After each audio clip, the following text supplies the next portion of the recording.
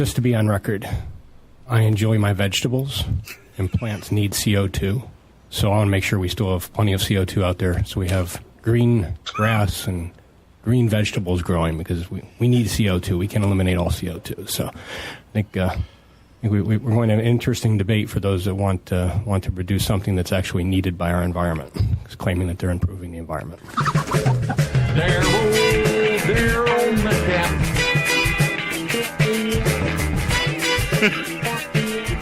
It is Friday, February 22nd, 2019, and yes, that was Daryl Metcalf. Welcome to Raging Chicken's Out the Coop podcast. It's been a long time since we've got to feature good old Daryl on the podcast. This is Kevin Mahoney, editor and founder of Raging Chicken Press. Each week I talk to our Capitol muckraker-in-chief, Sean Kitchen, about the good, the bad, and the ugly in state and national politics. Today's show, Run, Bernie, Run. Bernie Sanders officially threw his hat into the presidential race this week. His campaign raised $5.9 million from 223 and 47 individuals in its first 24 hours. That's millions of dollars more than any other Democratic Party candidate thus far. Democratic Party, by the way, is going to make him sign a pledge. All the candidates sign a pledge, just like Trump had to sign a pledge. He's going to run as a Democrat. West Virginia teachers have another successful two-day strike. They beat back attempts to introduce charter schools across the state. Oakland teachers walked out on Thursday demanding smaller classrooms, charter school oversight, more school nurses, and guidance counselors.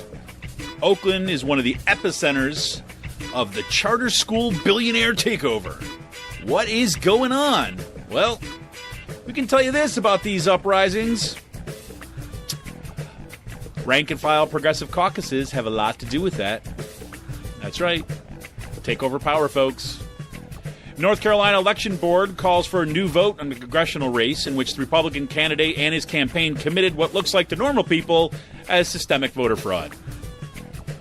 More conjecture on the status of the Mueller probe, what this could mean. We think that this might be, while Trump officials apparently tried to sell nuclear tech to Saudi Arabia. It's always good. As if to add insult to injury, Trump is preparing to launch a presidential committee on climate security to determine if climate change is actually a national security threat like the Pentagon says it is. The Washington Post reports that Trump wants the committee to be led by a climate denier, William Happer, who says CO2 is not a pollutant, it's an asset. And actually, back in 2014, Happer even compared CO2 to Jews in Nazi Germany, saying in an interview, quote, "Demonization of carbon dioxide is just like the demonization of the poor Jews under Hitler." I swear to God, that's what he said. Oh, my God. And a self-described white supremacist Coast Guard officer is arrested for planning a terrorist attack. His plan was to kill prominent Democratic lawmakers, including AOC, House Speaker Nancy Pelosi, and several high-profile television anchors from MSNBC and CNN. It's all over the news, right? Nonstop coverage. Not quite. And yes, Daryl Metcalf loves his veggies. It's just like, I could listen to that over and over again. I'm telling you. Chris Rabb calls out Tom Wolfe for doubling down on natural gas exploitation. Extractivism until we die. And if you want just one example of why climate change is the real national emergency and why we can't double down on extractivism, as the Wolfe administration wants to do, well, there's a new study that was just released showing that in 2017, climate change has cost Annapolis, Maryland, right on the bay, Annapolis, Maryland, nearly 2% of its economic activity, and saw significant flooding of at least 63 floods. 63 floods in 2017 alone. Crazy. And Sean ended up driving through Wednesday's snowstorm to get to an America's Votes conference in D.C. And he'll recap some of the speakers who attended it. Yep, got to wonk out for a couple days. And speaking of walking out, I went to an amazing Labor Notes workshop this past Saturday in Kutztown. Great discussion about building power in the union. And yes, we talked quite a bit about caucuses. Talked quite a bit about Oakland and West Virginia. how you take power. In today's last call, China's moon landing on the dark side may just launch a new space race. And China's futures plans include a new space station, new lunar base, and possibly a sample returns from missions from Mars. And China's military space program is, quote, continues to mature rapidly, according to the Department of Defense. Good thing, because that's why, we just had to do it. Trump officially launched the Space Force. That's right. Space Policy Directive 4 calls for a commander of the Space Force who will, quote, lead space warfighting through global space operations that may occur in the space domain, the terrestrial domain, or throughout the electromagnetic spectrum. Dun, dun, dun. And as part of that space race, NASA is planning to put astronauts on the moon in 2028. And that was Trump's Space Policy Directive 1, just in case you're keeping score at home. Space race indeed.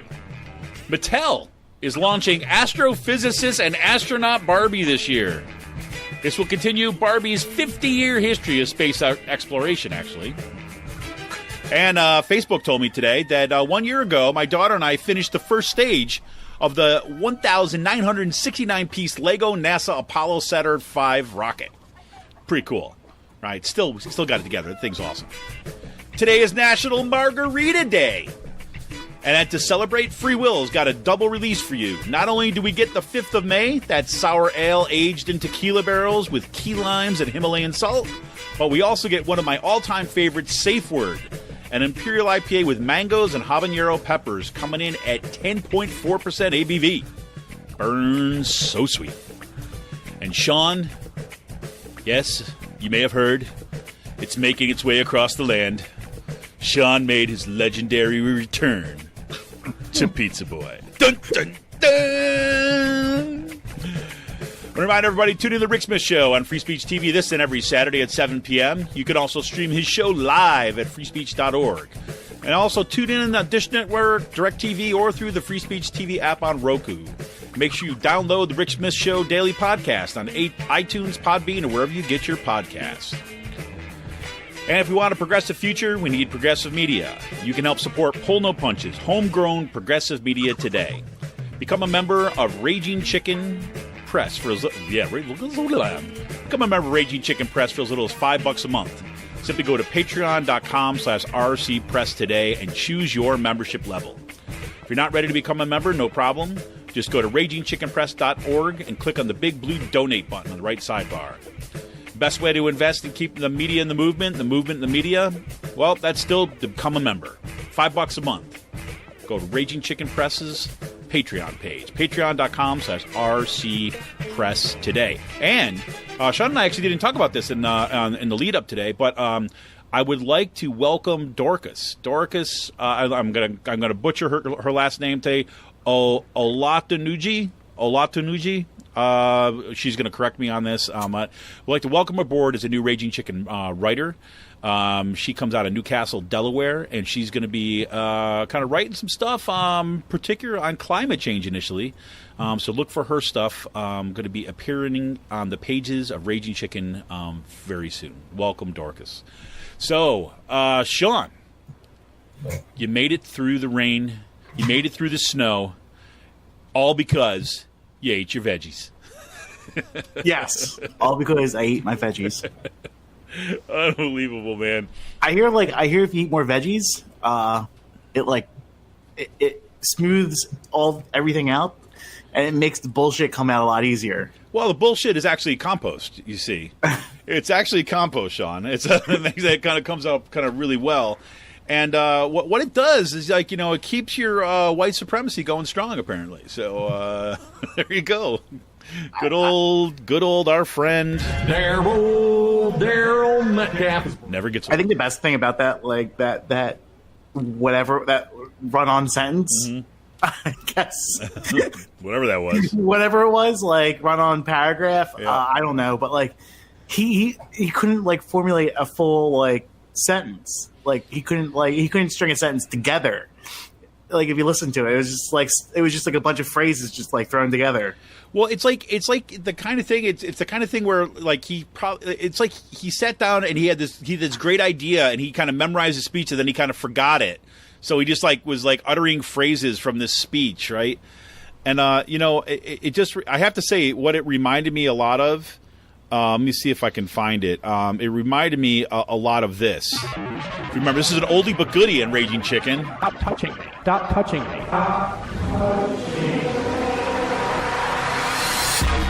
Chairman, you're yelling at a lady. I wish you would. President Bradford, I'm not yelling at anybody. I'm telling you, you're out of order. Please stop talking into the microphone now so we can receive our testimony. I'm a heterosexual. I have a wife. I love my wife. Stop touching me. Stop touching me. Bag, don't touch.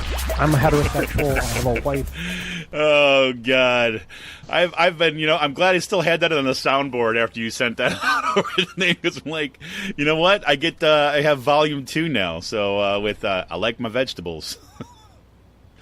Popeye over here. Oh my God, or something. But man, so big news this week. Bernie Sanders is officially making it a go. Yeah. What's your take, man? I 100% support it. I absolutely love it. I mean, the platform that he put out was pretty much like a standard bearer for the progressive movement, and he's going to have a very loud group of detractors. Mm-hmm. But I think he has a good shot at getting through the primary. Well, we're going to see. Here's the thing, right? I think Sanders is already in the process of reshaping Democratic politics as we know it. Without Sanders, you don't have people like Rashida Tlaib, you don't have AOC, you don't have Ilhan Omar running for office, you don't have these brand of progressives that would have normally ran. Yes, Trump got them to run in the end, but I think also a lot of them would not have felt empowered to run if it was not for Bernie Sanders and the type of campaign that Sanders ran, and the how they cracked the fundraising. Yes, the small dollar donations. Well, it just showed you. This is something that people have been commenting on for a while, and Bernie was very good about developing kind of the organization, and it shows you that organization, is already at full throttle. You know what I mean? It doesn't have to take. It's not up. It doesn't need time to get up and running. This is an organization that is efficient, and basically he met every single threshold within the first day, right? Yeah. Actually, within the first 8 hours, every threshold of getting into debates, for example, that's already done. And we were talking about this about the building infrastructure before the show, right? And the people who worked on his campaign in 2016, didn't go away. It's not like campaign staffers who go back into consulting and trying to work on the next campaign. No, these people went into the field and they continued the organizing work that they've been doing, or they ran campaigns like Jess King's campaign with Becca and Nick and John Smucker and all them. They all were involved in the Bernie campaign in 2016. A lot of people from the Bernie 16 campaign continued the organizing work after the primary, into 17, into 18, and they've been doing this for almost 3 years now. No, that's right, and a lot of the on the ground organizing that's been going on in kind of locales has included those folks who kind of cut their teeth in political work in the Bernie Sanders campaign. Yeah, look at the success that Reclaim Philadelphia has been having. With getting Larry Krasner elected, getting some state reps elected, and now looking to push a really progressive slate into the Philadelphia City Council open races. A slate of 3 progressive women, one incumbent with Helen Gim, and 2 other up-and-coming women of color. This is the organizing work. This is the continuance of the 2016 campaign. And if they rack up these wins locally, the 2020 campaign is, I think the machine that Sanders has is going to be tremendous. Yeah. Well, I think it's. I don't think the on the ground machine is not going to be matched by anything that anyone else has. No, we'll see. But again, I think it is going to be a very different kind of campaign. On the one hand, and I know this is kind of this is not saying anything new. This is what a lot of folks have been commenting on. You've got a much wider field, right? It's not as much as the clear contrast, right, just between kind of Sanders and Clinton. And you've got a lot of other dynamics that are kind of going on in the campaign. And having said that, right, I say that in part because I think it's important for kind of people in movements, right, to keep our kind of eyes on the prize here, right, and kind of understand that this cannot be simply about, say, just personalities.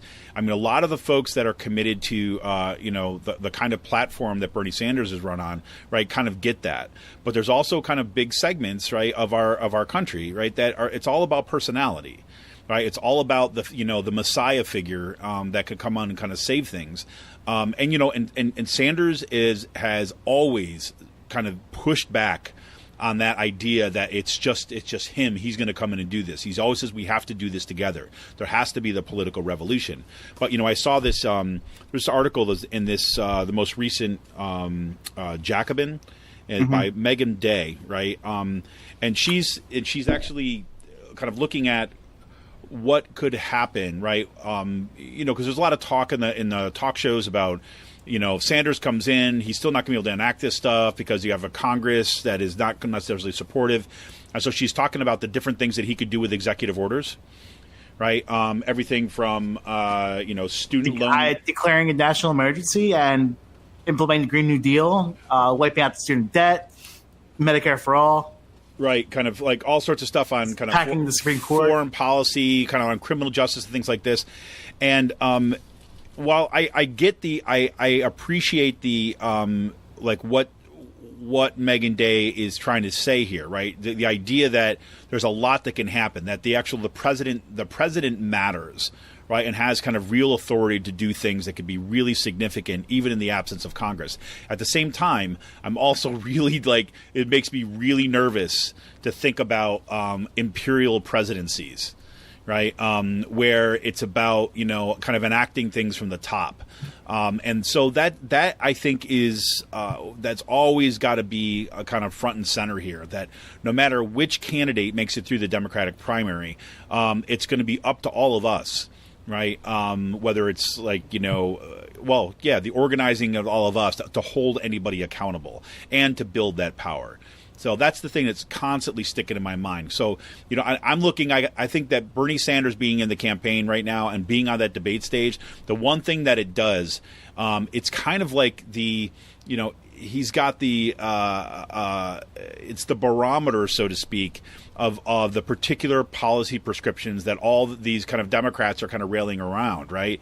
So now when you've got Bernie Sanders in the campaign and the question is about Medicare for all, he's not going to allow the kind of slipperiness of saying access to medical care for everyone, which means means testing, give backs to the private insurance companies so that they'll be good to us and extend their insurance to us. No, he's going to say he's going to lay down the gauntlet on Medicare for all. It's not going to be like debt-free college. No, it's going to be free public college tuition. Right? Yeah. Tuition-free college, not debt-free stuff in some sort of schemes that you're working with the bankers. Right? I mean, every step of the way, I think he's going to be an important force in forcing real policy discussions on that stage. And he's going to define kind of the left end of what it means to be progressive on that stage. Mm-hmm. So I don't know. I think it's going to be it's going to be really, really interesting campaign. Yeah. So what's the news? How is that playing itself out in the Twitter sphere these days? What, the Bernie Sanders announcement? Yeah, I'm just curious. I have not been plugged into it, but a lot of the same ad hominems about the Bernie Bros and stuff like that, and how it's just a bunch of well-to-do white people supporting Bernie Sanders and stuff like that. Which I think is just all total bullshit, and it's I do get that there is an issue with a very loud minority of Sanders supporters, those Bernie bro types. Yeah, but that's not the whole entire campaign. These people are being singled out to project on all of the Sanders supporters, and I just think that's Very short-sighted. Yeah, and we'll see. There's also an interesting piece in The Intercept by Mehdi Hassan, right? It's called "Critics Say Bernie Sanders is too old, too white, and too socialist to run for president in 2020. They're wrong, and here's why." It's kind of an interesting, a little bit more on the wonky side, right? Kind of looking at polls and looking at the background. It's not it's not as much as an ideological piece, although there's some discussion there about the way that the party has moved. So we'll see. I mean, 'cause I do think that, I do think that, say, gender and race is going to be kind of a really important part of this election, especially given what the Trump administration has wrought. Yeah, and I think Sanders has made the right moves already to with people he's staffing his campaign with. Nina Turner's making a comeback. The person who was the policy director at the ACLU is going to be running the campaign. Supposed to be one of the smartest Democratic operatives in the field that's out there. And then, no, I mean this whole entire campaign is going to be a diverse campaign. Mm-hmm. And I mean, when your campaign's going to be diverse, when you campaign on the issues of Medicare for all, when you campaign on ending, poverty wages and stuff like that. Yeah, so I mean, I'm excited. I mean, I was excited before Sanders kind of came in. Now I'm even more excited. I mean, obviously, in terms of policy stuff, right? In terms of I mean, he ticks pretty much all the boxes that are kind of critical for me. And what we've talked about is kind of like, there should be, here's the litmus test, right? The litmus test of this has got to be Medicare for all, free college tuition, Green New Deal. What was the other one? I'm missing one here. Free college. I'm just spacing it right now. But the idea that this stuff is real, and we're going to accomplish this. So we're going to see. I think this is going to kick everything into high gear. I mean, MSNBC has been kind of like plugging its first debate that they're going to be having. It's going to be in June, I guess, and it's going to be in two heats, so to speak. Right? They're going to solve the kind of too many people on the stage problem by having two consecutive nights of random drawings of for 2 nights of debate.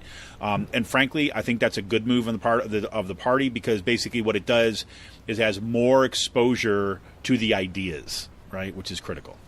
Yeah. And I mean, this is the primary we should have had in 2016. Yeah, that's a great point. That's a great point. So meanwhile, so you've got Bernie at the top. You definitely have got teachers from the bottom up. West Virginia, Oakland, right, and Denver, right? I mean, kind of 2 weeks ago, we're seeing just these kind of rolling, strikes and protests in places that we'd not necessarily expect, and it's not just about wages and benefits. This is about kind of like building movements. Yeah. And I mean, the thing about the West Virginia teacher strike that was so big was it was a political strike. Right. This wasn't over wages or anything like that. This was over charter school policy. They stopped a charter school bill in its tracks. Right. Yeah. This is that's one of the big things I wanted to highlight with the West Virginia teachers. Yeah, absolutely. Their latest walkout. I mean, that shows you a lot more power than fighting for wages too. Right. There's this really cool article I think that's worth a read. It's a kind of quick read for folks called "What's Behind the Teacher Strikes? Unions Focus on Social Justice, Not Just Salaries." It's by Rebecca Tarlow, Tarlau. She's assistant professor of education and labor and employment relations at Penn State.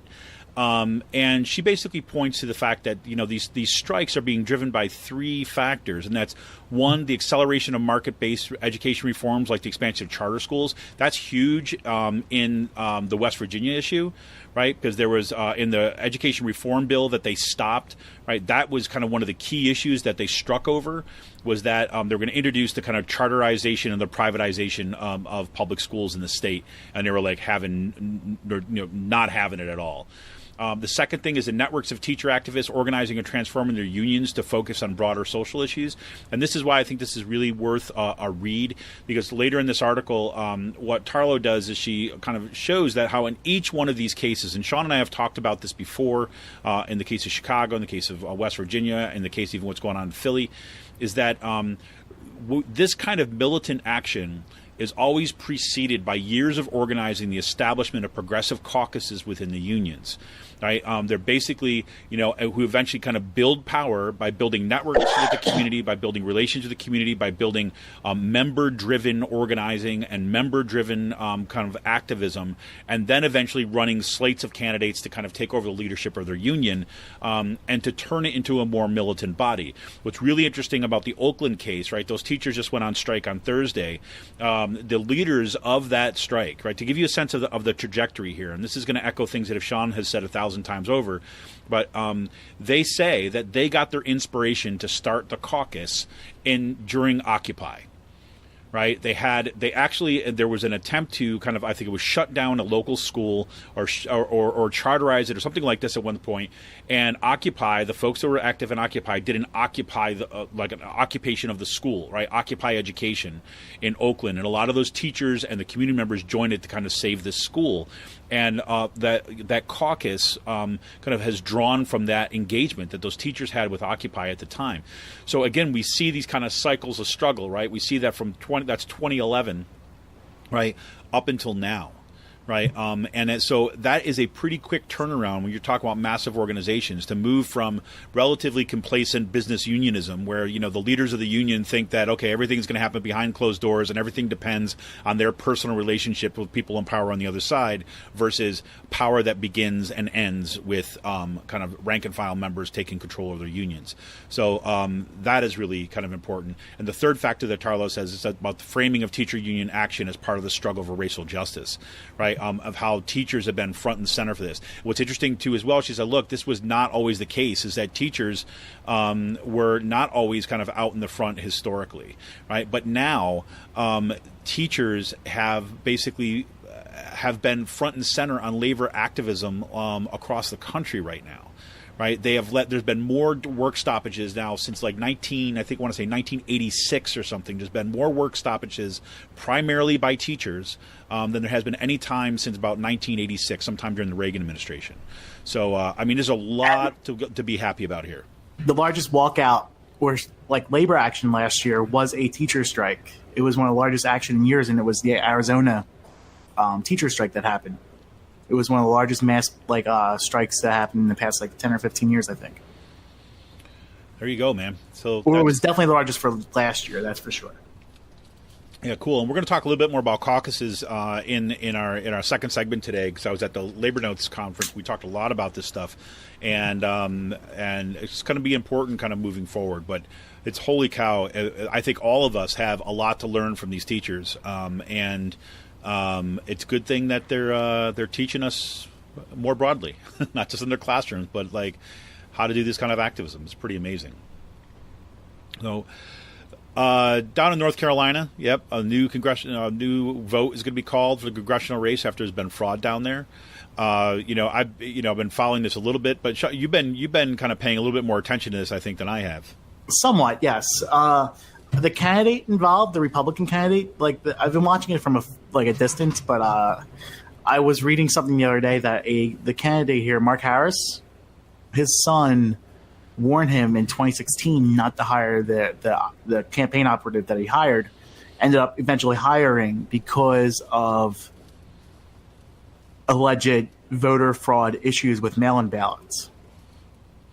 And Mark Harris's son is like a federal attorney, and he was deposed on Monday. He had to speak on the record about this, and his son had to tell the people at this hearing, whoever is involved with this hearing, that yes, he warned his dad not to hire this person and cited the same concerns, and his dad turns around and fucking hires the same guy.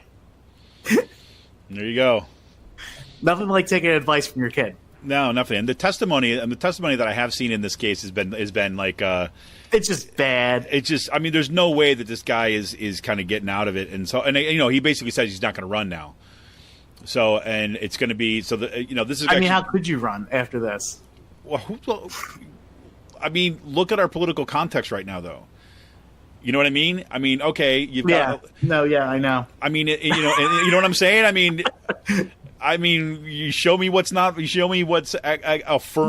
No, so this guy could run. I was like, yeah, you know what? Fuck it, I'll do it. I'll double down. Exactly. I'll do more voter suppression the next time around it, and I'm going to be your congressman for life. Right. Exactly. Right. I mean, until there's nothing you could fucking do about it.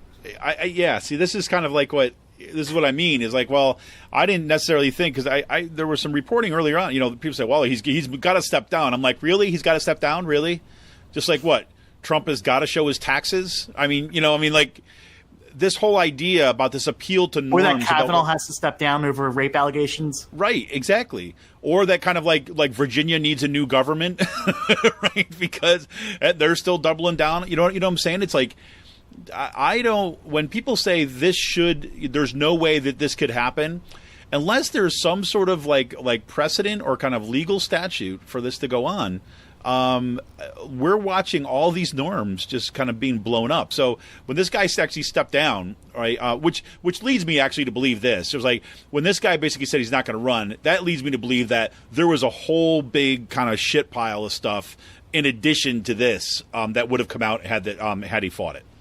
Yeah, but he probably still would have won.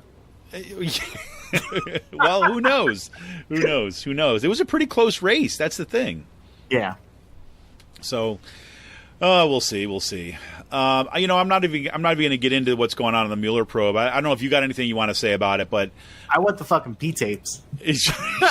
Wants the P tapes. I've said this before, and I'll say it again.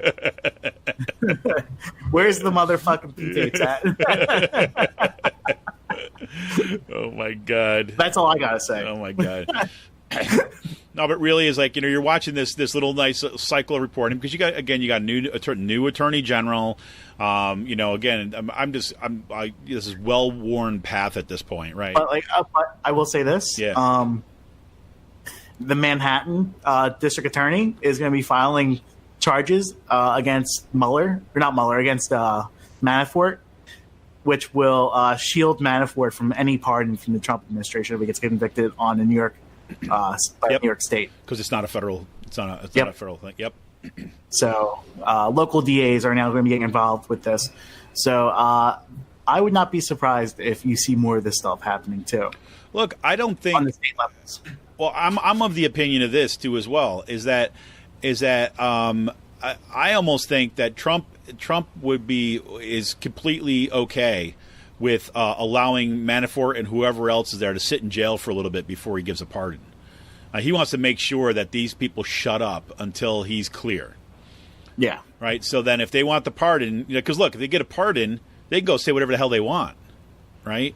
They could write a book, right? And expose all this stuff. That's the way I think Trump thinks. And so, Manafort may be angling for a pardon, but, it's like until Trump is clear, it's not going to impact him, then I don't think that's ever going to happen. We'll see. We'll see if that plays itself out. Yeah. But the crazy thing, so there's all that stuff. There's all the stuff that's going on with, the debate over nuclear tech. This came out this week too as well, that Trump officials, there's pretty much of a bombshell report that Trump officials have basically been trying to sell nuclear tech to Saudi Arabia, in violation of all sorts of like international laws and all sorts of things like this. They're trying to say, they told me I would get a tower. Exactly. I like the sound of it. I like the sound of Saudi Arabia. Don't you remember, you guys? They let me touch their orb. Trump Arabia. Yeah, Trump Arabia. I can see it now. It'd be beautiful. It'd be terrific. It'd be wonderful. So crazy. The one thing to keep an eye on is this ridiculous move, right, on the part of the administration to have a committee on climate security. So you remember one of the most, I don't know, one of the organizations in the government that has been kind of sounding the alarm bells on climate change for a long time has been the Pentagon, right? They've been consistently said that this is going to be one of the emerging kind of serious security threats to the nation. Yeah, it's going to cause famine, war, exactly, pestilence. Exactly. Access to water is going to create all sorts of civil war. I mean, all bunch of stuff like this. Right. Yeah. And so, I mean, and we also have our empire built up to a point where, right, once these conflicts start happening in other parts of the world, our empire will step in and squash them and get people back in line. Right. Right. But, Trump doesn't want to hear any of this stuff, and neither do his people, so they're just going to get a commission. It's going to, with this guy, Happer, who comes on, who's a climate denier, who thinks that CO2 is nothing but a good thing, much like our good friend Daryl Metcalf. I'm sure Happer eats his veggies, too. But, they're just going to try to put together this insane report that's going to say that, climate change is not a problem, that the Pentagon is wrong. And so, this is just going to be one of these tools that they're going to use for political showmanship, to try to go after the Green New Deal, to go after any kind of positive kind of developments in climate change resistance. So we'll see. You got a big smile on your face, Sean. Yeah, it's good. It's Metcalf related. You want to save that for a second segment? Yeah, no. Yeah. One of my friends who's a writer just saw the Metcalf video. And just like Metcalf, exclamation point, exclamation point, exclamation point. Oh, awesome. And last but not least, yes, once again, we see another white supremacist. Shocking. Yeah, another shocking. Yep. Again, breaking news. Stop the presses. Yep. This time, lieutenant with the Coast Guard. Shocking that they're actually in service too. Yeah. Yep, exactly. And he had spent the last several years accumulating a stockpile of weapons, and according to federal prosecutors, had produced some of the most detailed plans for mass killing that the country has seen in memory. So, and literally had detailed plans on how to go after Alexandria Ocasio-Cortez, about Nancy Pelosi, Rachel Maddow, and a whole bunch of Jim Costa on the CNN, and was planning on doing this. And obviously, there were mental health issues here, but all this stuff has been fostered by, white nationalist ideology and an administration in the White House that is just kind of fanning the flames of this kind of garbage. So. Yeah, I think it's all that needs to be said. Yep, exactly. The one thing I'll say, too, as well, is that I don't know if you saw the reporting about people saying that AOC has got some luxury high-rise building, apartment. Did you see this thing? No, I did not. Well, so there was some reporting. I don't know if it was Fox News or whatever. It was one of these right-wing things come out, and they start kind of saying, oh, yeah, she says she's all, this line of argument. Yes. She says she's working class, but now she's got a luxury high-rise apartment in D.C. and blah, blah, blah, blah, blah, right? And they basically release where she lives, right? Mm-hmm. And that's happening as this dude is freaking planning to kill people. Right? Now, I want to be clear. I'm not saying that this was... It's par for the course. Right. And she came out right away, right? Right away with on the one hand, whatever, people. Right? I'm not even going to kind of go back and forth, but this is not a game, right? You start disclosing where people live, and these nut jobs are going to come after you. Right, and it just go back and forth. But I mean, it could be potentially seriously dangerous, especially when you've got this rhetoric of these, these radical socialists are coming to take your kids off to the gulag and crap like that. Not good. Yeah. So crazy. Anything else you kind of noticed this past week in national politics? No, nothing really. Yeah, it was actually a whole lot went on, and there's a whole lot of stuff that is really, it's just kind of in process. Is why I didn't want to get in the Mueller probe stuff. It's look, that stuff is going to come out. We'll see if the reporting that it's coming to a close is true or not.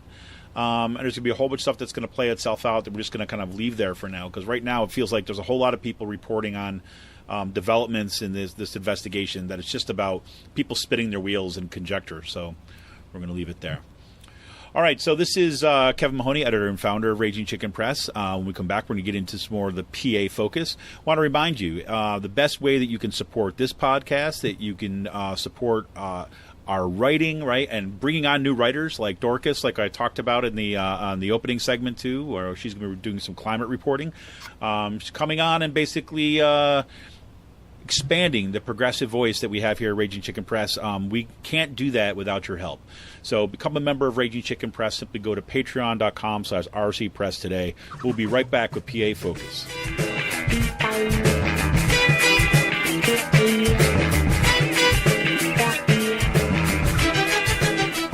I'm Rick Smith, and this is Labor History in 2. On this day in labor history, the year was 2004. That was the day Secretary of Education Rod Page stated that he considered the National Education Association to be a terrorist organization. He made the remarks during a meeting with governors who were visiting the White House. His apology a few hours later was just as inflammatory. There he expressed his frustration at the, quote, obstructionist scare tactics the NEA's Washington lobbyists have employed against No Child Left Behind's historic reforms. Representing almost 3 million educators, the NEA had been fighting many aspects of the No Child Left Behind Act passed by Congress in 2001. The teachers' unions had initially supported the measure, but they came to realize that the act was designed to undermine public education in favor of charter, private, and religious schools. No Child Left Behind mandated regular standardized testing of students. It also threatened financial penalties and school closures. Governors on board with the goals of the act soon grew frustrated. The Bush administration reneged on federal funding necessary for its implementation. The union movement was outraged at Page's smear.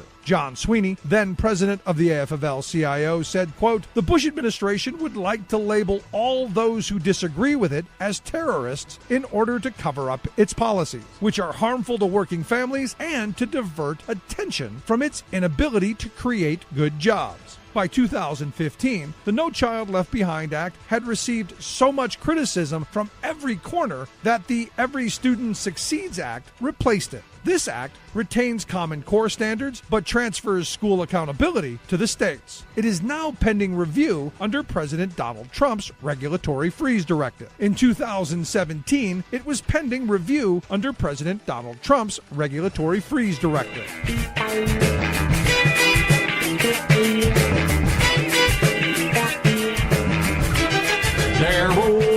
Daryl Metcalf. Yes, once again, Daryl loves his veggies. Sean, take it away. I think we need to play the clip again. Oh, you want to play the clip again? Let me see if I can pull it up, because I've got it in... it's not easy to pull it up. Well, here we'll go talk over the beginning of it. We're going to play this. This is our intro. I'm going to have to play through the intro just so you can hear it. Hope you don't mind that, everybody. So let me see if I can pull this down a little bit so we can talk over it. And then here you go. Ready? Just to be on record, I enjoy my vegetables, and plants need CO2. So I want to make sure we still have plenty of CO2 out there, so we have green grass and green vegetables growing, because we need CO2. We can't eliminate all CO2. So I think we're going to have an interesting debate for those that want to produce something that's actually needed by our environment, claiming that they're improving the environment. Well, there it is, and I swear that is not edited. That is exactly as he said it, right? We're going to have a link in the show notes directly to the video, so you can see it for yourselves. That was the I don't know, Shakespeare himself, I guess. Unbelievable. Oh boy. I guess where should we unpack with this? Like, I don't even know. I mean, there's just so many brain cells that were killed listening to that. It really is remarkable, right? I mean, it really is remarkable. Like, there is no shortage on stupid in the Capitol. Yeah. I mean, if like there was a shortage on stupid, I don't know how I would be like making money at this point. Like, like it is. It's amazing how, like, okay, so Metcalf, as everyone knows, wanted to get the House Judiciary Committee, didn't, got dumped onto Department of the Environmental and Energy Resources Committee, and absolutely hates being on this committee and really has no skin in the game yet. And I guess because he can't really hurt black and brown people, I think that's and marginalized communities, as he could with state government committee, or how he could with the judiciary committee. Right. But I mean, maybe this is the beginning of the end for Metcalf. Yeah, I mean, he's just going to be relished. He's just going to be languishing in irrelevance for the next couple of years and just saying stupid shit like this. And he's just going to be looked at as the joke that he is, because he knows nothing about the environment. He knows nothing about science.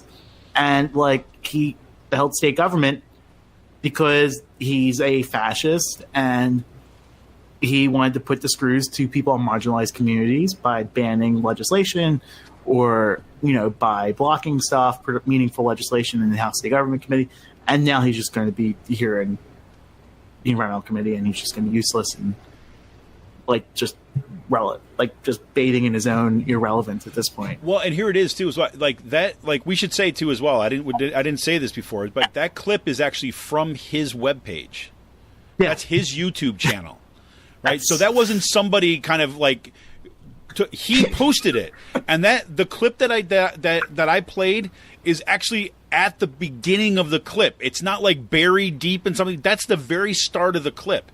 And the title of it, wait, 30 seconds. Yeah, the title of it is Representative Metcalf Refutes CO2 Agenda. That was his refutation. He eats his vegetables. Holy crap. And he said, Mr. Sunday, the person he's talking to is a natural gas lobbyist in the state. So he's speaking in front of a committee that is just testifying. People are testifying, and it's just completely stacked in favor of the oil and gas industry. And this is his him trying to say, I love you guys. I love CO2 and greenhouse gases because I want to eat my veggies. Yeah, he's looking at him. He's because vegetables, they need CO2. And he's looking at him kind of am I right? Right, guys? Right? I mean, come on. You're with me on this vegetable thing, right? Yeah. Because you know what? All those lefties, Sean, they like vegetables. So what I'm going to do, I'm going to pull a Bill Clinton triangulation here, and I'm going to take vegetables away from them. Right? Soy boy, Daryl Metcalf. It's what the hell?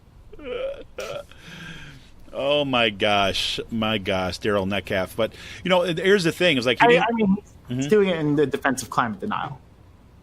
Right, so. Exactly. And that's and again, here's the danger of him being on them. As a freaking idiot white supremacist, who just wants to harm everybody, being kind of ahead of that committee, is on the one hand, we could say that the state Republicans did not give him his choice committee on the state government or on judiciary, right? And they stuck him here, but this is going to do real damage. Yeah. Right. I mean, because it's just anything that is potentially possible is just going to be shut down. Yep. Yeah. Exactly. So, and that's why he wasn't put on Judiciary Committee. Right. But just we always just have to remember that the PA Republicans, what they could have done is said, "Nah, you're done. You don't get the head of any committee, Daryl. I'm sorry." Oh, no, they give him a committee, but it's consumer affairs or something like that, some bullshit committee. Just to be on record. Sorry. Still sick from last week a little bit. Yeah. Everybody, can you say it with me? Oh, poor Sean. I know. Well, no, I'm just saying mind my coughing. Yeah, I know. I'm just giving you a hard time. Yeah, I know. Surprise. Oh, man. So good old Daryl. What else can we say? But meanwhile, Daryl Metcalf is not the only one that seems to be engaged with the climate discussions of late. Yeah, Chris Rapp put a pretty charged tweet out there this morning. There was a pipeline explosion that happened that killed a little, 12-year-old girl. Power that was distributing energy for natural gas going to her home exploded. She posted a video, and literally the video ended in a ball of fire. Yep. And the screen goes blank.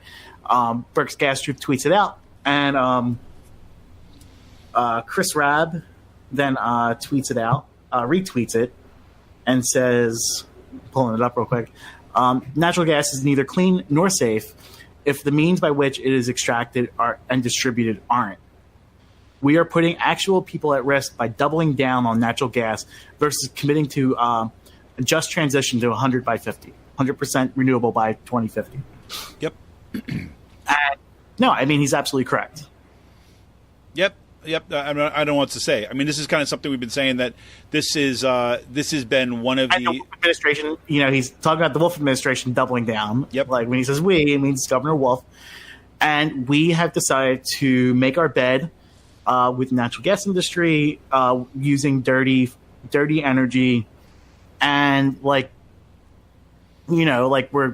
having an extraction tax to contribute to building the infrastructure, to building out more natural gas well pads and pipelines and stuff across the state. So we are fully committing ourselves to, pillaging any part of the environment we have left in Pennsylvania, and causing more pollution of the water sources, and having more fugitive methane escapes, and that all becomes greenhouse gas emissions. And we, instead of talking about the Green New Deal, we want to stick with just some of the worst extractivism possible as state policy. I don't know what else there's left to say besides that. Well, the only thing I'll add to this is here's one of the things that's pretty crazy. There was this past week, I guess PA lawmakers introduced this bipartisan kind of bill on community solar power, and it's the kind of bill that I absolutely hate, right? Because it's basically like this, because it's like 7 steps removed from what's reality? Not reality, but let's put it this way: if you want to have a major impact on solar, right? You have a direct subsidy for solar, right? For solar panels, and you distribute that in the network. Period. Right. In this way, it's kind of like this quasi market thing where, so say, for example, you live in a cloudier part of the state, or in a place that's not rated with a high solar potential of where your house is. Right.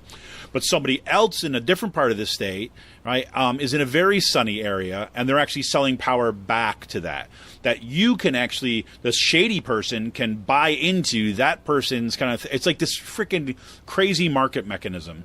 Right, as opposed to saying, no, we need to do this as a state, right? It still is relying upon individual homeowners to kind of make this choice. And again, I don't have any problem with there being incentives for individual homeowners to put solar panels on their house. The other thing about it, what's troubling to me about the fact that doubling down on extractivism in this state, is that Pennsylvania actually saw jobs increase in solar, right? And nationally, those jobs in solar have been declining. Right. In Pennsylvania, they're actually going up. I mean, it's not like rocket through the roof. So the messaging here, right, what could have happened was that the Democratic Party, right, and Tom Wolf at the front of it said, in Pennsylvania, right, we're going to prove that this state can lead the charge in solar panels. We're already seeing an increase on here. And what we're going to do is we're going to support the efforts of all those individual homeowners who are already doing this kind of investing, right, without the kind of support that we should be giving them. Right. They could actually build upon that. And you're seeing right here that there's jobs in this area, but instead of putting them in a cracker plant, instead of putting them in kind of pipeline construction, they should be putting them in kind of building solar and wind, period. And one of the things that was really big this week here in Harrisburg, Governor had a press conference on it, and then labor industry had a committee hearing on it, was workforce development. A lot of people are aging out of their jobs, and younger people just aren't going into those trades. Right.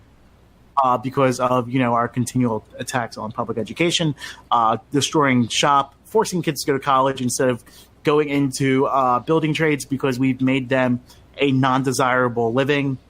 So we stigmatized that type of living, being a blue collar worker, by forcing everyone to go to college, Yep. And now we have a shortage of building trades and people who can actually build out this infrastructure.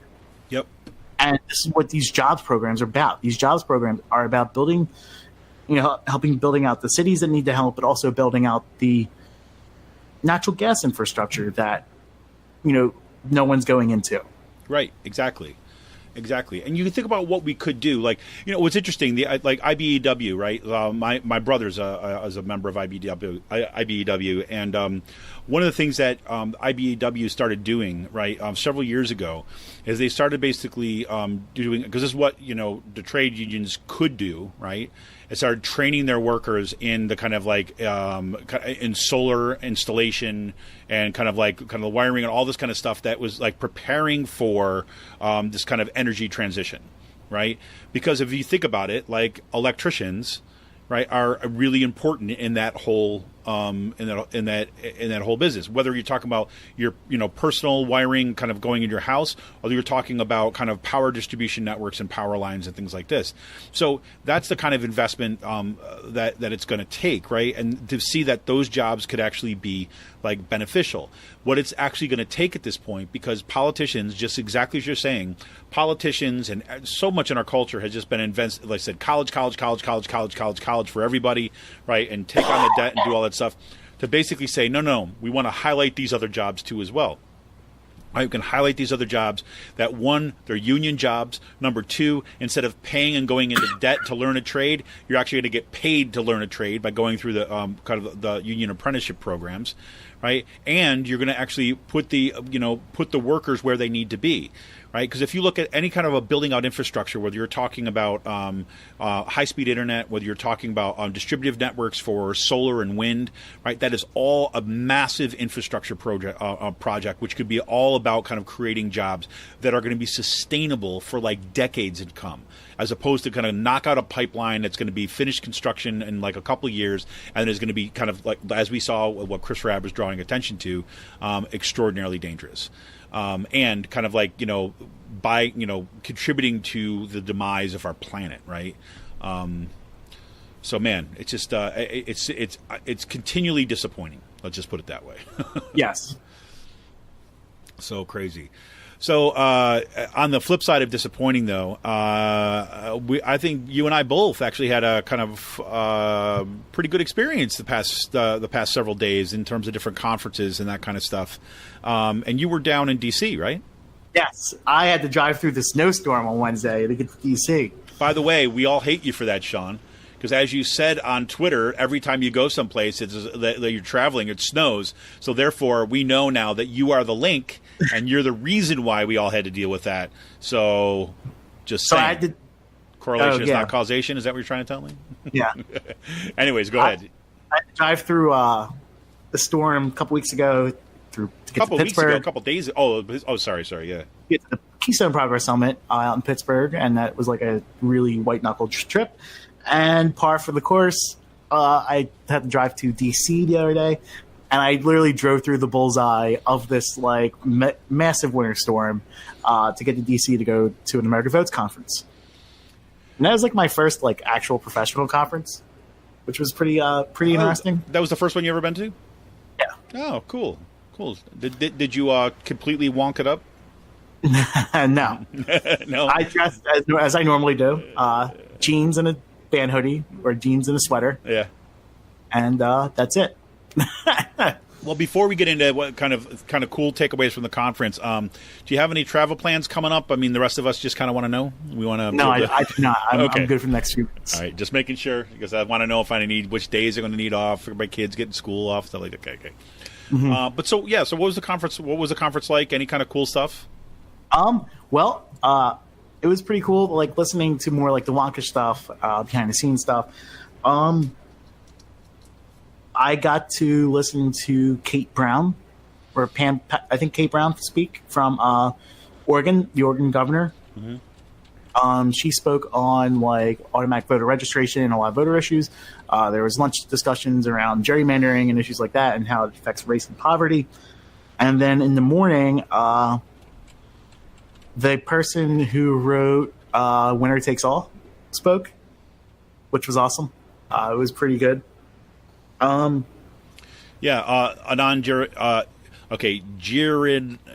Giranodas. I was going to butcher his last name. That book, like as we've talked about before, is phenomenal, and I'm extraordinarily jealous. When I told my wife actually that you got to see him speak, she was like, "No, "Oh, was he awesome? Was he awesome?" Like, I didn't realize like who he was. Like I know his face. Yeah. I didn't realize he was the author of that book. Yep. And when I saw him like walking like around the front of the reception room, I was like, okay, I know who this person is, and this is gonna be balling. Like, this is just gonna be a great like way to start the morning session. Yeah. At like 9 o'clock in the morning. Yeah, but my wife calls him the he's the progressive heat miser because he's got that silver hair that's kind of like swept up. Yeah. Yeah, and I didn't realize he worked for McKinsey. Yeah.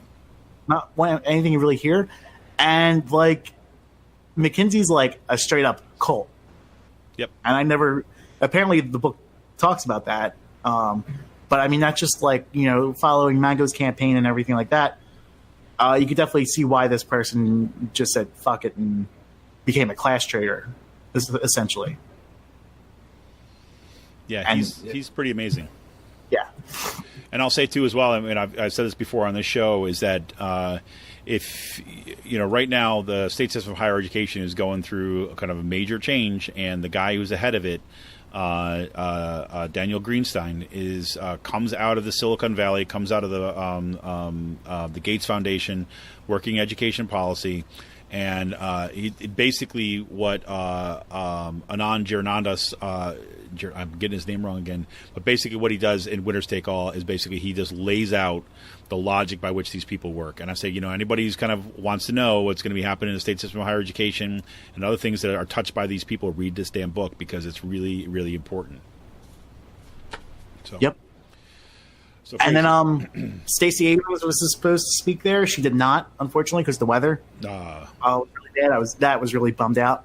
Nikema Williams spoke on her behalf, accepted the award. And then Stacey did a thing, like spoke at a live feed afterwards. Oh, cool! So she did come in via live feed. She did, yes, and that was really cool. And like the next day, I was talking to a woman from a group called Black Voters Matter who was doing work down in Georgia. And, we struck up a conversation because she worked on the Abrams campaign. She's like, yeah, I'm still not over it. But I was like, you know what? Like, people are calling for her to run for president, and I think that's just foolish. And she was like, well, how so? And I was like, the network that she's going to be setting up, to overturn, like, the voter disenfranchisement system that basically got Kemp to win, right? Was that who it was, Kemp or... Either or, right. The governor to win, and she has and she's like, no, 100% agree. Like Stacey Abrams has such a huge megaphone now, as she has a larger megaphone as a private citizen than she would do as a governor, or someone running for higher office, and that her speech from the onset has specifically kneecapped the current administration, because they will always be cloaked as you stole this election. Yeah. And they will never be taken as a legitimate policy-making body or a policy-making administration. Or so, yeah, it sucks that she lost, but you know what? I have a feeling she's going to do a lot more good now that she's a private citizen too. Oh, I have no doubt about it. I mean, she's going nowhere. You know what I mean? In terms of it's like she's not going to like disappear from politics. I mean, if anything, she's going to be. I mean, she's been doing what she has been doing, is kind of building power, especially around kind of right to vote, kind of organizing across the state. I mean, and she came up through the America Votes Network, which I did not know. Oh, is that true? I didn't know that. Yes, she was really influential in that. Very cool. She's. Stacey Abrams is awesome. Is awesome. It was really good. It was a fun conference. Yeah. So what are you saying? So basically, what you're saying is like Bernie Sanders VP pick, Stacey Abrams. Is that what you're saying? No. Just saying. As I would say, there's a much more compelling argument for her to stay where she's at, because the change that she can have in her community. Yeah, well, I mean, look, Georgia is. I mean, the thing is, like, I think, yeah, I mean, she is an absolute force, and Georgia is on the cusp of becoming a permanent Democratic state. Exactly, and it's right there, and yeah. And it's all about that infrastructure that really Stacey Abrams has been instrumental in kind of building. Yeah. So, yeah. So we'll see. So, anything else? Any cool takeaways from that? A lot of it was like wonky stuff, building, infrastructure on the state levels and stuff like that. So it was pretty good. I mean, it was just interesting seeing that for like the first time. Yeah. Well, I was envious that you were in D.C. I love D.C. I miss D.C. But what are you going to do? You even got to take my my red line, right? Yes. Yeah, the red line in. Oh, yes. Brought in from Rockville. Right in for Rockville, yeah. Sean and I were consulting with maps last week. It was the best way down. And, of course, he ends up going right through the freaking center of the snowstorm. I think, worst of all, I drove on 15.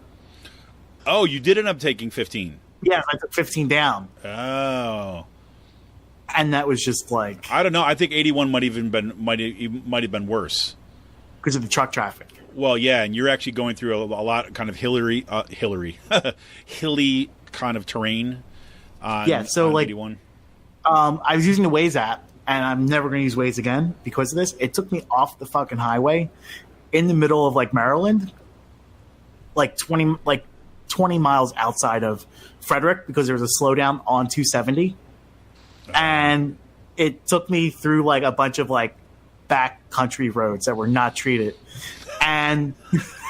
This is the first time you're telling me this part. Yes.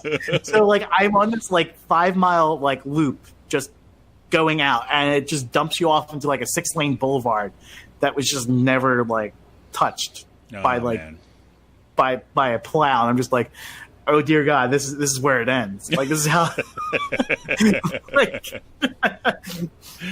and then like going, and then like you turn on the road and it goes from like the 6-lane road into like a 2-lane country back road, like a scenic tour, like the scenic loop in this area. And yeah, like it was like pure whiteout conditions, and these are like hills like this that have like a nice like curve to them, and it's like I can't hit my brakes and I'm going too fast, so I had to like drop my car down into like gear, like drop it down into 2 or 1.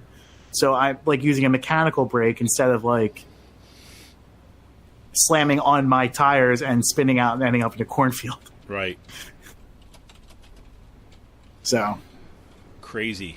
It was not a fun drive. It was white knuckle driving for 5 hours. Yeah. Crazy.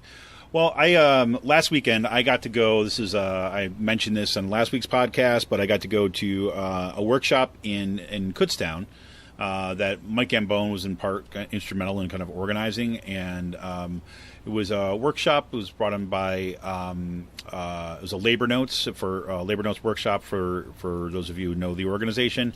But they've got this amazing book called Secrets for a Successful Organizer. And really was kind of working through some of the practical aspects of building power and organizing, and kind of working through kind of like I would say almost like kind of conceptually and emotionally and personally what it looks like to take back your power, if that makes sense. And I'll tell you what I mean by that is like if you think about kind of so many different kinds of scenarios where there's a problem, right? And then we don't like what's happening, right? Let me use Lytle Hall for an example, right? Lytle Hall, kind of like the building that I'm in, people have heard me talk about this before. We have ongoing kind of issues with mold and all sorts of problems with the building. But so I have a problem. Say for example, I have sinus infections, persistent sinus infections. This is true for being in that building. And one thing that I can do, right? I could sit there when somebody asks me, "What do you do about this?" Well, I'm going to kind of like write to the dean, or I'm going to file this work order, or I'm going to write this scathing email to the president, or whatever it might be, right? But the idea is that I'm going to appeal to somebody who's in authority and who's in power as it stands, right? And then hope that they do the right thing. And really what it comes down to, right? And if they don't act on it, right, there's a road. It's a pretty quick road to cynicism, right? Because, well, there's nothing that you can do, right? The sense of kind of hopelessness. And the thing that we don't often do, right, is instead of appeal to kind of the leadership, right, or appeal to the people in power, is that we turn to ourselves and say that we're going to do this ourselves, right? And so instead of asking permission from other people to just actually kind of go right ahead and organize and kind of make demands, right? And Barbara Malderoni, I'm going to run name, but one of the things that she was always said is like, look, we don't get anywhere, right, in a progressive movement. We don't get anywhere in terms of a working class movement. We don't get anywhere in this unless we're willing to talk about power. And knowing when you start talking about power, you're going to talk about conflict, right? And so it necessarily means that if you are going to take back power from the rank and file, from everyday people, just like we saw right now in Oakland, right? The teacher strike that's going there. We saw in Los Angeles, we saw in Chicago, we saw in West Virginia, we saw in Oklahoma. Those are all the results of rank and file caucuses, progressive caucuses of people getting together and say, we are going to transform our union. We are no longer going to talk about the union as being these people that we've elected into a leadership position and hoping that they're going to do the best thing for us. No, we're going to take power ourselves. And we're going to make demands not just on our bosses, but also upon our union leadership. And if our union leadership is not going to be responsive, right, to supporting organizing from the ground up, then we're going to replace the leadership, right? And that's what's happened in all these strikes that, so many people want to hold up and as examples of like, this is what we should be doing. But if anybody's done any work within unions for any extended period of time, you know that unions are bureaucracies like any other thing, right? And there could be good ones and there could be bad ones, right? And the measure of how much a union, how much power a union has everything to do with how much the members are organized and prepared to take that power, right? The example that Barbara gave to about the West Virginia teacher strike, right? So the story that made it in the media was like once a teacher strike happened, right, they would interview the president of the AFT, right, in West Virginia, talk about why they're on strike and all that kind of stuff. But what actually happened on the ground was that was teachers organized themselves to do that against the wishes and desires and without the permission of their union leadership, right? It was only once the teachers had organized and were prepared to strike that the union leadership realized, like, oh shit, we better get on board of this and we better start claiming that this is us, right? Otherwise, the union's in trouble. So, again, it's that story of organization. It's that story of direct action. It's that story of organizing for militancy and radical democracy in your union, in your workplace, in your organizations. That is kind of what gets the goods. So this is not going to be the first or the last of these workshops. I think it was really good. I think for me, and I've talked to several other people that took part in this workshop from Kutztown and some of the other universities as part of the Paschi schools, and to just get a sense of what that actually means and where our own members are, even those members that say that we are interested in kind of having a much more democratic power militant union. What does that actually mean, and what does that mean in practice? Right? It means things like, for example, going to talk to other members. Right, stuff like that. And one of the stories I told there was, I can remember when we were first organizing for graduate teachers and adjunct faculty at George Washington University when I lived in D.C. One of the things that surprised me, right? Because I've always been, as long as I can remember, kind of pro-union. I've been an activist and all this stuff. But when we first started to do organizing, right, the actual kind of work of labor organizing, where you have to kind of get people to sign cards and say, hey, we want you to join this union and talk to them about this. I remember feeling very, very uncomfortable, right? Kind of going up to people I didn't know, right? Going up into other departments that were not my own and knocking on people's doors and say, hi, my name is Kevin Mahoney, and I'm in the English department here. I'm also part of this organizing effort, and I want to talk to you about a union, right? Saying this right now, right, on air and this recording, things like that, that's easy to do, right? But in the space of the workplace, we're not kind of trained or accustomed to that kind of interactions at work, right? And that's especially true, I think, in academics, but it happens right across the board. So to actually make that shift and kind of get, with other people, get past that discomfort and say it's only in those conversations that we have with other people, that daily conversations we have with other people, that we can actually build that power. And really, it's such a simple thing, but it's amazing to what extent and to what lengths people will go to avoid doing that particular thing. Right, just the basis of organizing. We can talk about structures. We can talk about ideologies. We can talk about living in a conservative state. But really, have you talked to the person in the office next to you about this, about how you can organize for power? Nope. And I'm not saying that was the response, but I mean that is kind of part of the specifics that we did. So we went through, did a bunch of exercises, kind of worked through a little bit about this organizing model and so on, and it's kind of really amazing. And so thanks to Barbara and for Labor Notes for just being the kind of go-to organization for rank and file union organizing that is so necessary. I'm going to put a plug in for their book, Secrets for a Successful Organizer. We used some of the handouts from that book during our workshop. And actually, when I was at the Labor Notes kind of conference in Philadelphia, 2 years ago, I guess now, we used, again, different parts of this book in terms of really thinking concretely about organizing. I know we have things like the Indivisible Guide and things like this are out there, but I would strongly recommend picking up a copy of Secrets of a Successful Organizer. And folks, they've got a great pamphlet out there too, as well, by the way, that's organizing after Janus. Right, after the Janus decision. So it's pretty good. I've got a bunch of those things too as well, and we're going to have some kind of member giveaways coming up too as well for about the Janus thing as a little thank you note. So anyways, Sean, anything else you got for PA Focus? No, that's it. No brand new kind of breaking news coming across your Twitter feed? No, nothing PA related. All right, man. All right, well, this is Kevin Mahoney, editor and founder of Raging Chicken Press. We're going to be back right after this with today's Let's Call.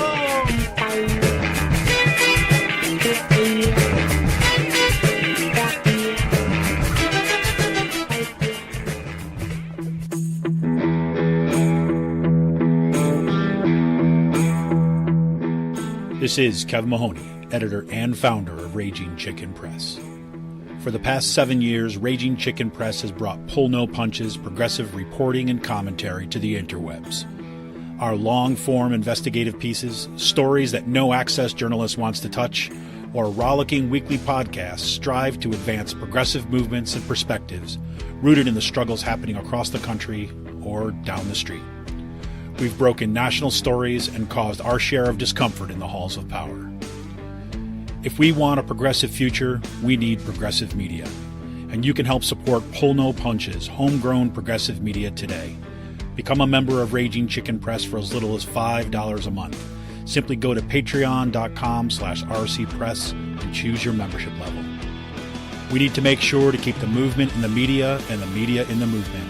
Best way you can do that is to become a member of Raging Chicken today by going to patreon.com/rcpress. Thank you for your energy, your encouragement, and your support. Keep up the fight.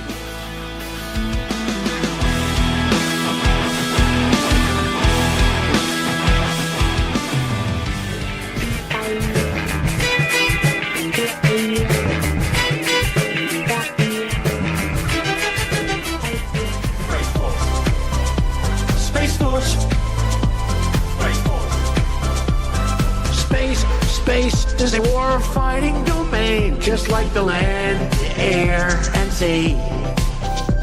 We have the Army, the Navy, the Air Force, the Space Force. My new national... Yes, ladies and gentlemen, the Space Force is here! Welcome to Raging Chickens Out to Coop's Last Call. Space Force, Space News, Space News, Space News. Thank you, Donald Trump, for Space Policy Directive number 4, which basically directs the Air Force to make by the Air Force and the military kind of in general, to establish the Space Force. Yes, it's official now. He signed the order, and where the hell the money's going to come from, how that's actually going to happen. You know, who the hell knows?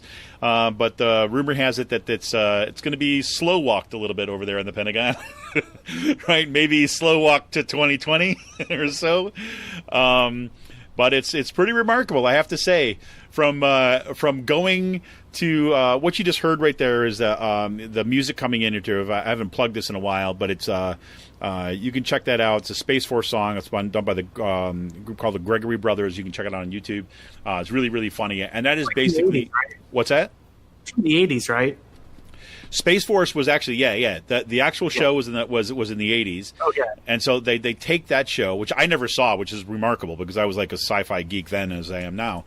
But but what you heard, what Donald Trump was saying there is like that was really kind of like the launch of the Space Force, when he seemed to be kind of talking almost off the cuff and kind of making like kind of like a joke about like the Space Force, but then you could watch him as he was talking about it. Good idea. Yeah, he's like, Space Force. Yeah, that sounds really good. It sounds really good. And you heard him do it. And right now, it's actually one step closer.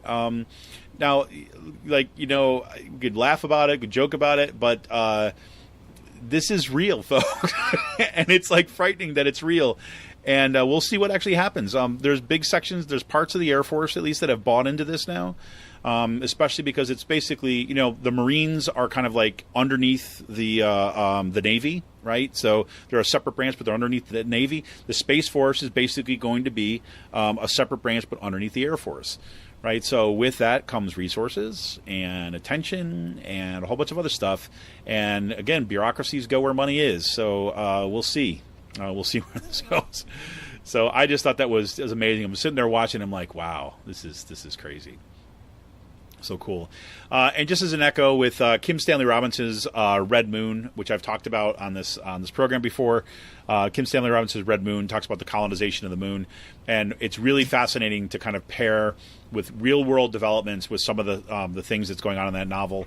But as you recall, a couple weeks back, China landed, had a lander that kind of went down on the dark side of the moon, first time ever for the dark side of the moon. And they apparently are really ramping up their exploration and space program and looking very seriously about establishing kind of a moon colony or moon base, or at least some sort of production there. And people are starting to say that is this kind of like the next space race? And it's looking close to it. As I said in the intro today, we've already have like the Space Policy Directive number 1, strongly supported by Vice President Mike Pence, right, on Jim Bridenstine, who's the head of NASA. But is to actually send astronauts back to the moon by 2028. The other part of that story is that they're actually going to be sending what it looks like, if they're going to follow through on this, unmanned kind of both probes and delivery devices up there before then. So in other words, is that if it happens by 2028 that kind of NASA sends astronauts back to the moon, there's going to be already structures, right, or at least beginnings of structures that are going to be in place, right, to set up kind of temporary habitats and that kind of stuff in some versions of it. So there you go, folks. Going to the moon, right? Always wonders that, so when it's in a new moon, are we going to be able to kind of eventually kind of look up and see the lights on the moon, like where the moon bases are? I don't know. I hear if you like squint hard enough, you might be able to see them driving around, the lights. That's what I heard. I got a telescope, man. So I'm gonna go look. I'm waiting, man. I'm waiting. I think this is like Space Force is just going to be like it's a gimmick to get reelected. I don't know. I don't think it's got traction to get reelected. Yeah, like Matt Christman, I think has just had a really good critique of this months ago on like Majority Report, where he's like, this is just like a scam, like a shiny ball object to get people's like attention away from things. I don't think it is. I think it's actually, look, there is a segment of it's mostly in the Republican Party, right? But it's also, it overlaps this libertarian stuff too as well, right? That is actually are 100% serious about this stuff. And Mike Pence is one of these people. Monetizing space instead of like totally. No, absolutely. right? How long have I come? The reason why we talk about space on this program is because of galactic capitalism. Like, this is what I've been saying since we started talking about space stuff in this program. It's like, that's why, right? It's because this is the next venture, like, for kind of galactic capitalists. Instead of like dealing with climate change head on, we have business interests that would rather just like think that finding another fucking planet to live on absolutely is more feasible than. Well, think about it like this, right? If you think about the role that kind of, I mean, it's almost like it's an addict looking for the next high, pretty much. That's like, exactly right. And what at the core of it, in many cases, so like NASA, like there's the one hand, there's the scientific, like most of what's happened in space thus far, right, has really been dominated by scientific exploration, right, and kind of trying to understand things more. Right, trying to understand like how planets work and all that kind of stuff, and that's really the vast majority of what, say, like NASA does, right, and what space programs have historically done. We're at the cusp at this place where they're starting to say, look, we can recognize, and there's people that are not dumb that are thinking we can recognize that we are running out of resources on this planet, right? We're destroying the planet. We're running out of resources whatsoever. So we have two choices, right? We can fundamentally change the way we do things. Green New Deal, or, right, we can double down on extractivism. But the problem is that we don't, like, we have kind of finite resources. So you have to find places where that's at. So you go to where the resource is at. And if you want to get to the asteroid belt to be able to mine those asteroids, like a lot of these people want to do, you have to have a moon base, right? Because you have to have a moon base because it's too expensive to launch those things just from Earth. Just saying. So you want to know the moon colony? You want to know where the next kind of like the round of kind of mass prison labor is going to go? It's going to go in the freaking moon factories. build the robots, right? Well, would you be able to sweat up there? So really not. So it'll be good in working conditions. You can sweat. You can sweat in space. Of course you can. You're inside a freaking spacesuit. Or it's gonna be like was it the Time Machine movie? Was that? There was a movie called Time Machine. It was out like years ago. Yeah. And I'm gonna look it up real quick. But at one point, I don't know if it was in Orson Welles. Here we go. It was out in 2002. I'm trying to see like what it was. H.G. Wells on his novel. So it was a play on his novel, and like at one point in the future, like they get to the moon, right, as like this moon exploration project that leads to the destruction of the moon. And it breaks up into like hundreds of pieces, like because they destroy the moon, like that. Yeah, like that's where we're going down that road. Like you look up in the sky, and there's gonna be like a moon just orbiting around the Earth like as a ring because we fucked it up. Well, you know, I think we need a moon. I mean, I think we need a ring. I mean, you know, it'd be nice. Yeah. No, imagine a piece of the moon come crashing down. That would suck. I mean, that would probably end life as it is. Yeah, I would say exactly. But it's like Zelda. Yeah, it's happening though. I'm telling you, it's happening. But I can tell you one thing. I tell you one thing that the moon will not look like, and the people going to the moon will not look like. They will not look like Barbie. They will not. They will not look like Barbie. No, they will not. Even though Mattel is, as I mentioned, they're launching in 2019 astrophysicist and astronaut Barbie. Right. This is like the third or fourth different version of Barbie that has kind of been an astronaut. There was the original one. There was like Mars Explorer and things like this too as well. But they're getting some little fanfare in the kind of edge thing. What's interesting about that, the only reason I bring that up and you kind of bring it in here is because, Mattel is responding to something. Right, they're responding to a renewed interest in this kind of questions of space that they think that this is a time to kind of launch this out again too as well. So that's fascinating. So we'll see what goes on here. So yeah. And I was very happy to kind of like basically log into Facebook today and find that I had pictures of my daughter and I putting together the Saturn V Lego set, right? The NASA Apollo Saturn V rocket. I guess today we finished like the first stage of something of the rocket, and it's all finished now. It's like kind of in our kind of window in our dining room and stuff. So it's pretty freaking awesome. And just gonna say. So, and I just so you know, like I am completely aware, everybody, of all the contradictions that inhabit just what I've just said over the past about 5-6 minutes. Well, my absolute geek and love of space stuff and space exploration and all this kind of stuff. The fact that I'm always encouraging my kids to kind of think about NASA as a career. Just saying, right? They become moon capitalists. Wait. Well, it's like, again, it's like I'm like NASA as opposed to like Elon Musk or kind of Jeff Bezos as the thing, but who knows? By the time they get to that point, who the hell knows what everything's going to look like? They're going to end up, working for the Space Force or something crazy. Good news in beer today, everybody. I am actually usually the Free Will is putting out their beer releases on Saturdays now, which is I guess good for them, right? But I'm always doing 1,001 other things on Saturdays, so it's like I usually do not make the time for myself to go over there. But today, right after I get done with the podcast and stuff, got a little time before the kids get home, right? Got about a half an hour window between the time that Free Will opens, by the time I need to get to the bus, and that's when I do.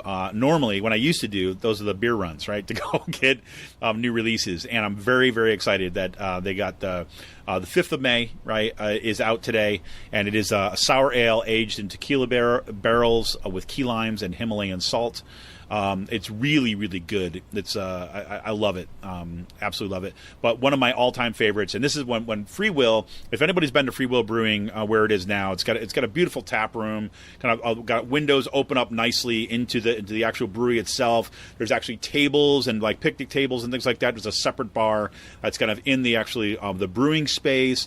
And it's just an awesome kind of like physical space. The one out at why I always forget the name, but what's that place where their second what's that? It's Village. Peddler's Village, yeah. That, have you been out there? That tap room is beautiful. Right, so I mean, there's all that kind of stuff. But when Free Will first started, right, it was in the basement. That's in the same building, but it was in the basement of this kind of warehousey place that hadn't been occupied in a long time, and it was dank, right? And it was kind of like the sticky floor. Barber chair. What's that? The barber chair. Yeah. I mean, it was like the barber chair. That's right, the barber chair. I mean, it was like it was kind of thing. You go down there, it's great, and he stacks of beer. It was like in this working space. And one of the first growlers I got from there was Safe Word, right? And because I saw it, I'm like, mango habanero. That sounds like right up my speed. And get a growler of that, please. Yeah, exactly. Like, all right. That's what I did. And they're like, really? I'm like, yes. Right, and so the fact that it's out in cans now is, just kind of like one of these markers for kind of how that organization, how that business has developed. So I will be picking up some Safe Word today. That's for sure. So it's a nice, it's a little nice and hefty on the alcohol, 10.4% ABV, and it's the kind of thing where it just tastes really good, right? It's a really good Imperial IPA, tastes really good. You get the sweetness of the mangoes, and then the habanero kind of kicks in last to follow it up. Just luxurious. But enough about me. It was a really important week, actually. It was it was a mile marker of sorts, historic, if you will. And rather than narrate this from a third person perspective, why don't you give us the historic first person look at the legend that was The Return? I went back to Pizza Boy this weekend. Oh! Visited on Sunday afternoon. So this, just for everybody out there, this is your first visit back to Pizza Boy since you left. Yes, which was last April. Right. And we could say, I think it's fair to say, you didn't exactly... It was a bit unceremonious. Yes, you didn't leave on the best terms, as somebody would say. You got a little upset on your leaving. You weren't so happy about how you left, maybe. But let's just say there was an incident. but and that's kept you away from there for a while. Yeah.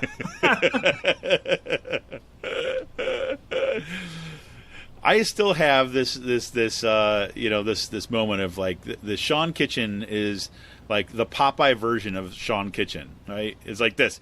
I've taken all I can stands and I can't stands no more.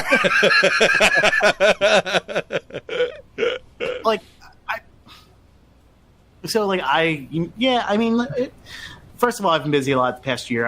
I'm finally doing work where I actually want to do work. Yeah. And it's like, you can get stressed out very easily working a job, for like that's $12 or $15 an hour.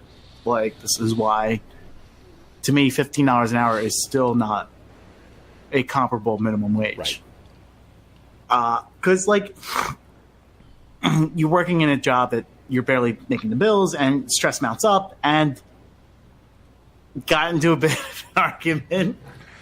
Well, let's put it like this, right? Your point is well taken, right? Is that you're sitting there and you're barely being able to kind of scrape by, right? Even like at that amount. And so, like in a great scenario, if you got a workplace that is kind of well run and people help each other out and it's a good thing, it's like at least it makes the work like manageable. Right, even though you have to do that, when you start putting in kind of crappy managers, right, and kind of like when workers are not treated like fairly or not treated the way that they should be, then it's the recipe for disaster.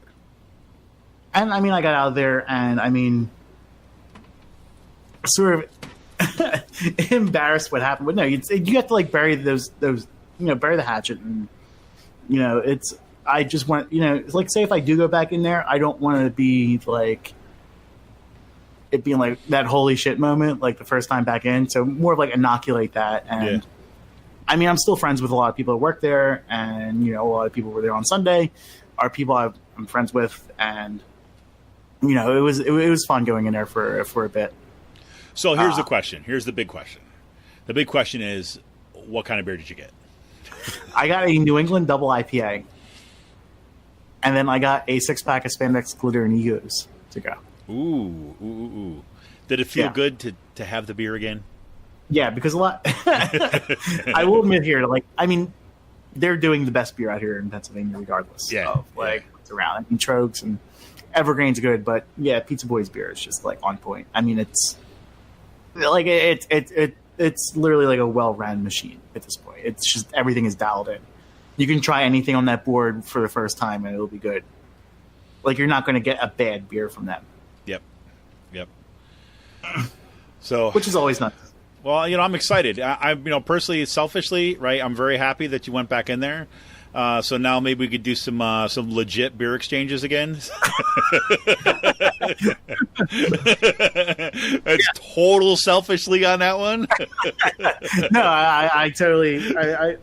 Now that I'm actually affording the stuff, exactly. I could treat you to some stuff I've been falling behind. All I'm saying is, man, sunny side up. Sunny side up. I think my mom's in that same camp as well. Oh, really? Really? Yeah. I still go back to that one time you got me this sunny side up. What had vanilla bean and cinnamon. Yep. That was what's that? Peppers. Yeah. That beer was probably one of my favorite beers I've ever had in my life. It was just so good. Yeah, I'm sort of surprised they haven't done that type of version of it yet in cans, because there's a really good Mexican cake out there, which is pretty much a coffee stout.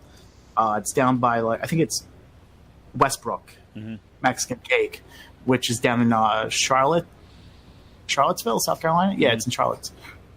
Yeah, Charleston. It's in Charleston. Okay. Yeah, I'm trying to think. It's in Charleston, and they do a lot of really good. They have a really good goza, but it's a coffee stout. They really popularized the style with cinnamon, hot peppers, and vanilla beans in it. Yeah, and cocoa nibs, and and Pizza Boy did a really good fancy version of that with their sunny side up. Yeah, they really did. Really did. That's some good stuff. And they haven't made it since. I'm pissed. Well, hey, also the Eternal Sunshine came back on tap for the first time, and and it's just favorite beer. Yeah. So, well, congratulations about making your way back. From what I heard, right, because I heard through the grapevine that when you walked in, people were like, oh! Like, people were, like, standing up, clapping and stuff. Yes. I literally ran into, like, a bunch of customers that I used to serve all the time. Yeah. And there was there were some Senate Republican staffers standing at the bar a couple of them I lifted at the gym with in the mornings. And like everyone started cheering like behind the bar, like, oh, it's Kitchen, and they're just like, one guy goes, celebrity bartending tonight, eh? And I'm just like, yeah, I don't think that's happening. Yeah, exactly. Oh, crazy. Oh, cool.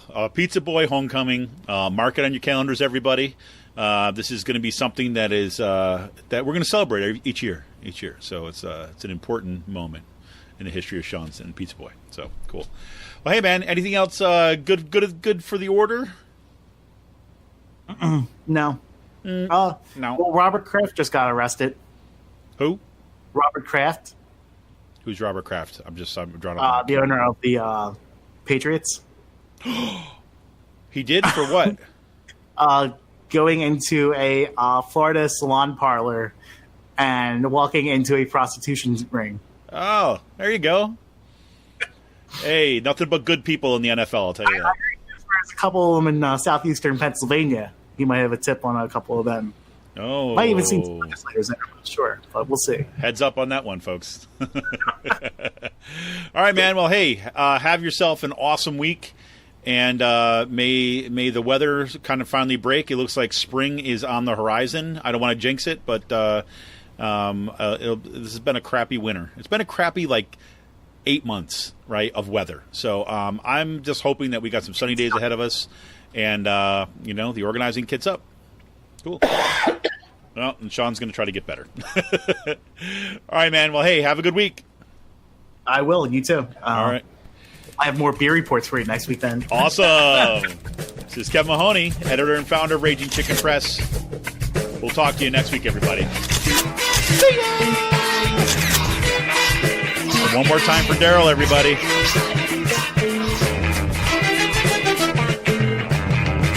Just to be on record, I enjoy my vegetables, and plants need CO2. So I want to make sure we still have plenty of CO2 out there, so we have green grass and green vegetables growing, because we need CO2. We can't eliminate all CO2. So I think we're going to have an interesting debate for those that want to produce something that's actually needed by our environment, claiming that they're improving the environment. Oh, he tore up the CO2 agenda. Zit. Oh, cool, man.